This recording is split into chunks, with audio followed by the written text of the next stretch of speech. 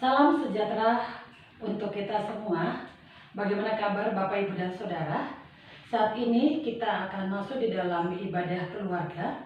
Oleh karena itu, mari bersama-sama ketika kita sudah bernyanyi dan kita sudah bersama-sama membaca Mazmur, kini kita akan masuk membaca dan mendengarkan kebenaran firman Tuhan. Mari saya mengajak kepada kita semua untuk satu di dalam doa. Kita berdoa. Tuhan Bapa di dalam kerajaan sorga, pada saat ini kami kembali akan membaca dan mendengarkan firman Tuhan. Tuhan Yesus, tolong hamba-Mu yang saat ini menyampaikan kebenaran firman-Mu Tuhan, agar supaya hamba-Mu mampu untuk menyampaikan kebenaran Tuhan dengan baik. Bahkan ini dapat diterima oleh setiap umat Tuhan, Bapak, Ibu, Saudara, anak-anak yang mendengarkan firman Tuhan. Dengan kuasa Roh Kudus, mereka menerima, menyambut firman-Mu Tuhan dengan penuh sukacita, dan mereka juga boleh mengerti dan mengalami pertumbuhan iman. Terima kasih Bapa di dalam kerajaan sorga, bersabdalah, kami mendengarkan firman-Mu. Dalam nama Tuhan Yesus, kami telah berdoa. Amin. Saya mengajak Bapak, Ibu, dan Saudara untuk berdiri dan membuka firman Tuhan yang terambil dari Markus pasalnya yang pertama, ayat 29 sampai dengan ayat 34. Dengan judul dalam firman Tuhan ini, Yesus menyembuhkan ibu mertua Petrus dan orang-orang lain. Bapak, Ibu, Saudara, dan anak-anak juga membaca. Sekeluarnya dari rumah ibadat itu, Yesus dengan Yakobus dan Yohanes pergi ke rumah Simon dan Andreas. Ibu mertua Simon terbaring karena sakit demam. Mereka segera memberitahukan keadaannya kepada Yesus. Ia pergi ke tempat perempuan itu dan sambil memegang tangannya, ia membangunkannya dia. Lalu lenyaplah demamnya. Kemudian perempuan itu melayani mereka. Menjelang malam, sesudah matahari terbenam, dibawahnyalah kepada Yesus semua orang yang menderita sakit dan yang kerasukan setan. Maka berkerumunlah seluruh penduduk kota itu di depan pintu. Ia menyembuhkan banyak orang yang menderita bermacam-macam penyakit dan mengusir banyak setan. Ia tidak memperbolehkan setan-setan itu berkata, sebab mereka mengenal Dia. Demikianlah pembacaan firman Tuhan. Berbahagialah mereka yang mendengar dan melakukannya. Terpujilah Kristus, Maranatha. Salam alehem kepada kita semua, Bapak, Ibu, dan Saudara. Dalam Minggu Advent yang kedua pada saat ini, firman Tuhan menyampaikan kepada kita dengan judul Melayani dengan Kuasa Allah.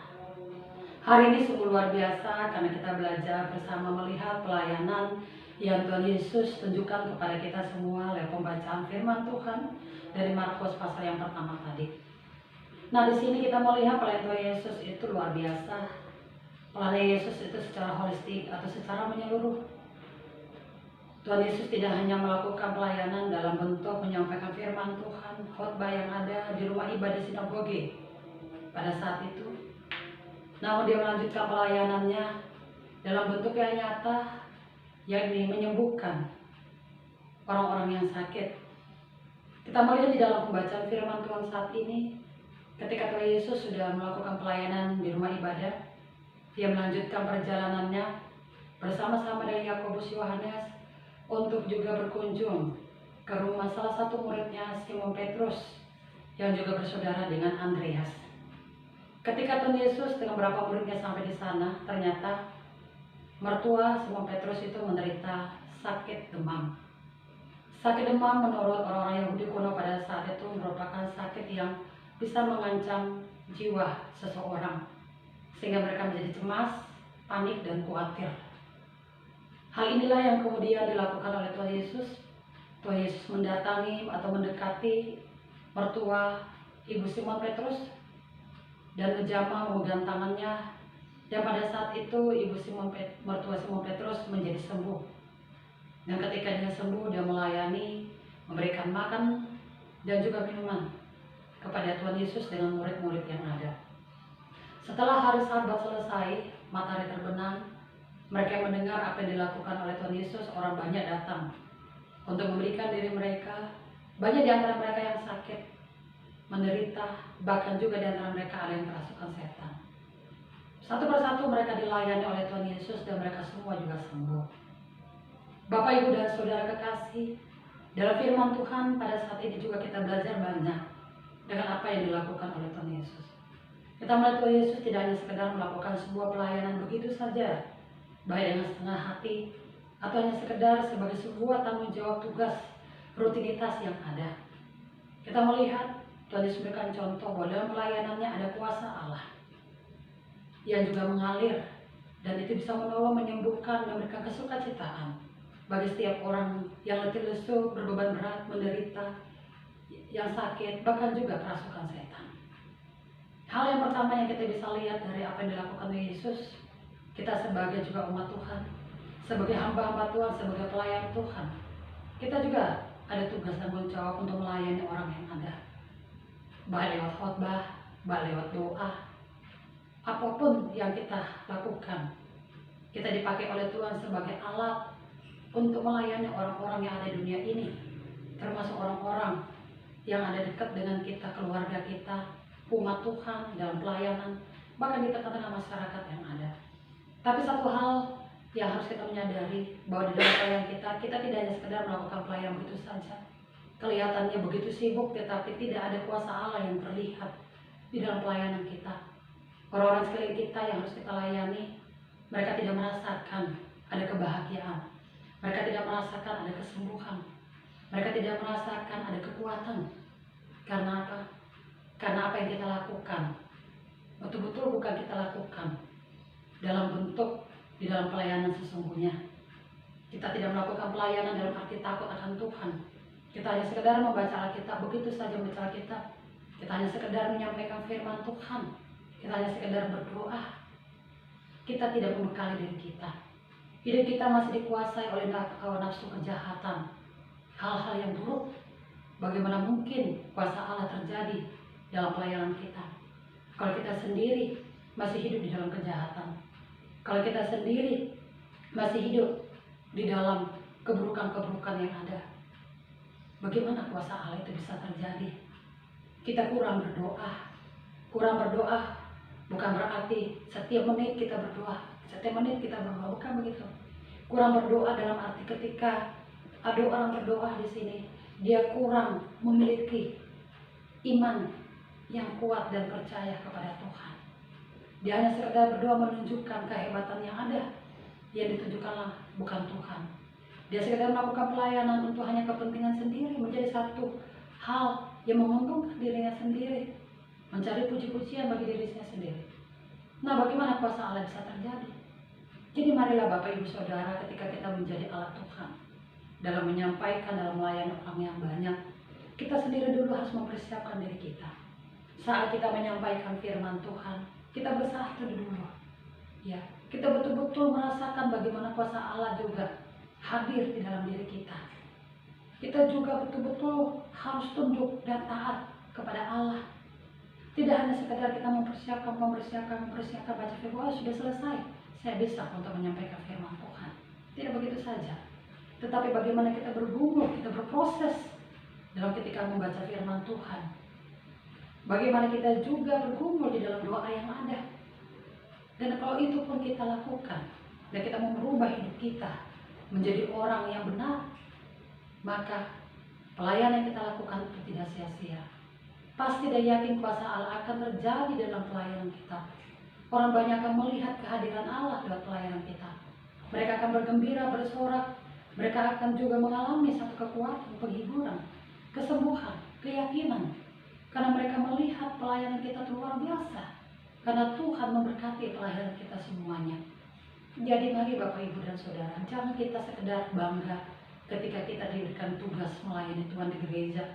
Apapun kedudukan kita, tidak hanya sebagai seorang pendeta, diakan, penatua, atau pelayan pria dan sebagainya. Mari kita sungguh-sungguh hidup di dalam firman Tuhan, sehingga Tuhan juga hadir tinggal di dalam diri kita dan terjadilah kuasa Allah itu sendiri.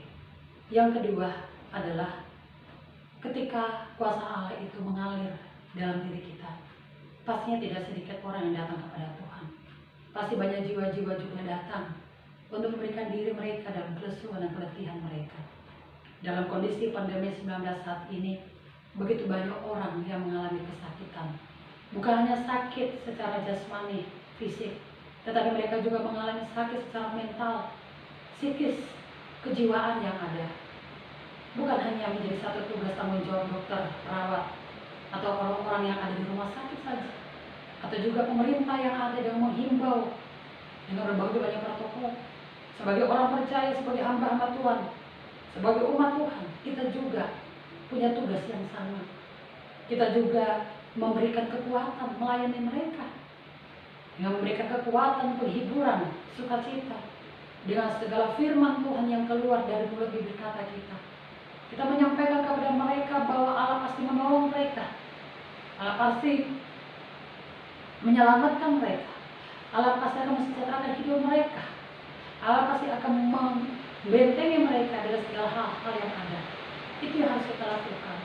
Kita lihat banyak orang yang putus asa, bahkan tidak sedikit orang yang bunuh diri dengan keadaan-keadaan sekarang, dengan segala keterpurukan ekonomi yang ada, Bapak, Ibu, dan Saudara. Ada juga orang hidup dalam percaya dan sebagainya tidak tahan dengan kondisi-kondisi masalah yang ada, dengan kondisi pandemi 19. Belum lagi hari-hari ini ada juga banjir di mana-mana, hujan badai yang ada, membuat orang menjadi takut, membawa orang menjadi cemas dan sebagainya. Mari kita melakukan pelayanan dalam doa kita yang terus-menerus kita lakukan. Mungkin kita tidak bisa bertemu secara tatap muka, tetapi kita bisa melakukan lewat virtual, lewat daring yang kita lakukan bersama-sama. Kita lewat WA, ada kata-kata yang menguatkan kepada saudara-saudara kita yang renungan sabda firman Tuhan yang ada. Dua hal inilah Bapak, Ibu, dan Saudara kita lakukan dalam kehidupan keluarga kita masing-masing. Orang tua harus membimbing anak untuk terus hidup, membaca dan membaca firman Tuhan. Tidak hanya sibuk dan rutinitas yang ada, tetapi mereka juga harus ingat kepada Tuhan dan mereka akan terkuat menghadapi hidup ini. Inilah yang harus kita lakukan Bapak, Ibu, dan Saudara. Teruslah hidup dalam kasih Tuhan dan teruslah melayani Tuhan dengan penuh ketaatan sehingga kuasa Tuhan terjadi di alam setiap orang. Tuhan memberkati kita semua. Amin. Mari Bapak, Ibu, dan Saudara kita satu dalam doa. Sungguh Engkau adalah Allah yang luar biasa, yang telah dan melakukan begitu banyak perkara menolong setiap orang yang menderita dalam dunia ini, apapun penderitaan mereka. Biarlah hal itu juga kami lanjutkan menjadi hamba-hamba pelayan Tuhan. Kami harus mempersiapkan diri kami lebih matang, lebih dewasa lagi secara iman Tuhan. Kami harus menunjukkan diri kami tidak hanya pandai berdoa, pandai menyampaikan firman, tetapi diri kami sendiri masih hidup dalam kejahatan, hidup di dalam kebohongan, hidup dalam tipu muslihat yang ada, hidup dalam kecurangan yang ada, dendam, sakit hati, dan apapun juga. Sehingga tidak ada kuasa Tuhan mengalir dalam pelayanan kami, dan itu tidak menolong setiap orang yang ada. Melalui firman Tuhan saat ini kami belajar bahwa mulai detik ini Tuhan, kami sungguh betul-betul melakukan pelayanan dalam kasih Tuhan. Kami harus membersihkan, memperbaiki diri kami terlebih dahulu untuk hidup apa yang Tuhan kehendaki dalam kejujuran, keadilan, tanggung jawab yang penuh Tuhan. Bahkan kami juga takut di dalam Tuhan dengan betul dan sungguh meneliti, mempelajari dengan baik firman Tuhan dan doa dengan sungguh di hadapan Tuhan. Berkati pelayanan kami Tuhan untuk setiap jemaat-Mu yang ada. Bila jemaat-Mu juga boleh merasakan Tuhan Yesus hadir dalam pergumulan, dalam perjuangan hidup mereka. Berkatilah rumah tangga kami semua, Bapak, Ibu, Saudara-saudara, anak-anak yang ada, yang pada saat ini telah masuk ke minggu Advent yang kedua. Kita dalam tahun ini Tuhan tidak bisa merayakan Natal, berkumpul bersama-sama, tetapi itu tidak membuat kami hilang dalam sukacita. Kami tetap bersukacita dengan kondisi pandemi 19 saat ini. Di rumah kami boleh beribadah. Biarlah kami tidak lalai untuk terus menonton, untuk mendengar firman-Mu lewat ibadah-ibadah secara virtual, secara daring yang ada. Biarlah Tuhan Yesus kami boleh terus melanjutkan perjalanan hidup kami Tuhan, yang kami percaya Tuhan Yesus menolong kami. Berkatilah keluarga-keluarga jemaat Tuhan yang sakit Tuhan sembuhkan, yang duka Tuhan hiburkan, yang di dalam keterburukan ekonomi Tuhan berikan kesejahteraan hidup mereka, yang rumah tangga mereka yang hancur Tuhan juga kembali utuhkan mereka kembali. Untuk kehidupan bersama dengan masyarakat, pemerintah yang ada Tuhan berkati Tuhan. Tidak hanya COVID-19 yang ada, namun juga begitu banyak bencana, banjir di mana-mana, longsor ya Tuhan. Belum lagi dengan segala malah petaka serta begitu banyak kejahatan orang-orang yang akan menggulingkan pemerintah yang ada. Tuhan berkati pemerintah kami, Bapak Presiden, Wakil Presiden, semuanya yang kami tidak bisa sebutkan satu persatu. Lindungi dan jaga mereka dalam kuasa darah-Mu yang kudus Tuhan. Sehingga dalam kepemimpinan beliau-beliau ini Tuhan, masyarakat Indonesia tetap menjadi Indonesia yang luar biasa. Indonesia yang sejahtera, makmur, bahagia, menjadi kebanggaan bagi bangsa-bangsa yang lain. Terima kasih Tuhan kalau hari ini terjadi pilkada yang ada di berbagai provinsi Tuhan. Tuhan berkati semuanya dari pagi sampai selesainya. Setiap orang yang ambil bagian di dalam memilih Tuhan berkati. Setiap panitia, tim-tim yang ada semua, unsur-unsur yang terkait yang ada, lembaga-lembaga pemerintah, hukum, negara, bahkan juga kami, masyarakat, serta juga agama yang ada yang juga turut terlibat. Tuhan berkati.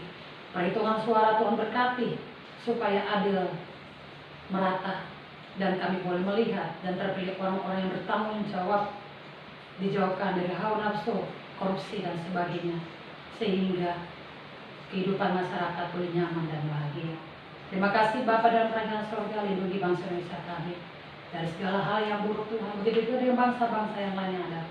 Vaksin yang sudah mulai ada, yang datang dari Tiongkok, Cina yang ada, berkati menjadi vaksin yang mujarab untuk bisa menolong, menyembuhkan, dan menyelamatkan setiap orang yang ada. Terima kasih Bapa di dalam kerajaan surga untuk ibadah yang sudah kami lakukan pada saat ini menjadi berkat bagi setiap orang yang ada. Ya Tuhan, dengarkanlah doa kami yang kami panjatkan dalam nama Tuhan Yesus yang telah mengajar kami berdoa bersama-sama. Bapa kami yang di sorga, dikuduskanlah nama-Mu. Datanglah kerajaan-Mu, jadilah kehendak-Mu di bumi seperti di surga.